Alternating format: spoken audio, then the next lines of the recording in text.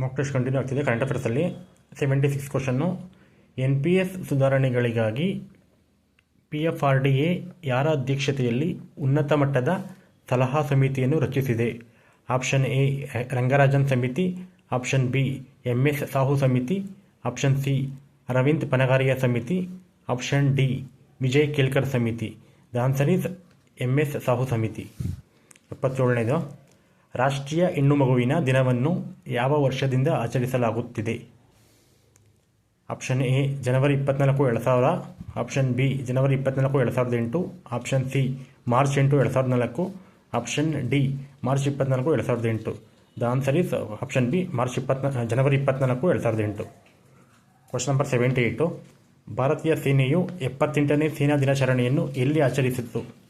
Option A ರಾಜಸ್ಥಾನದ Jaisalmer, option B ರಾಜಸ್ಥಾನದ Ajmera, option C ರಾಜಸ್ಥಾನದ ಜೈಪುರ, ಆಪ್ಷನ್ ಡಿ ರಾಜಸ್ಥಾನದ ಜೋಧ್ಪುರ. ದ ಆನ್ಸರ್ ಈಸ್ ರಾಜಸ್ಥಾನದ ಜೈಪುರ.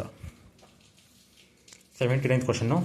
ಚಂದನಾ ಸಿನ್ಹಾ ಅವರು RPF ಪಡೆಯಲಿದ್ದು ಮಕ್ಕಳ ರಕ್ಷಣಾ ಕಾರ್ಯದಲ್ಲಿ ಸತತವಾಗಿ ತೊಡಗಿಸಿಕೊಂಡಿದ್ದರಿಂದ ಅವರಿಗೆ ಅತಿ ವಿಶಿಷ್ಟ ರೈಲ್ ಸೇವಾ ಪ್ರಾಧಿಕಾರ ಪ್ರಶಸ್ತಿ ಲಭಿಸಿದೆ. ಅವರು ಮೂಲತಃ ಯಾವ ರಾಜ್ಯದವರಾಗಿದ್ದಾರೆ?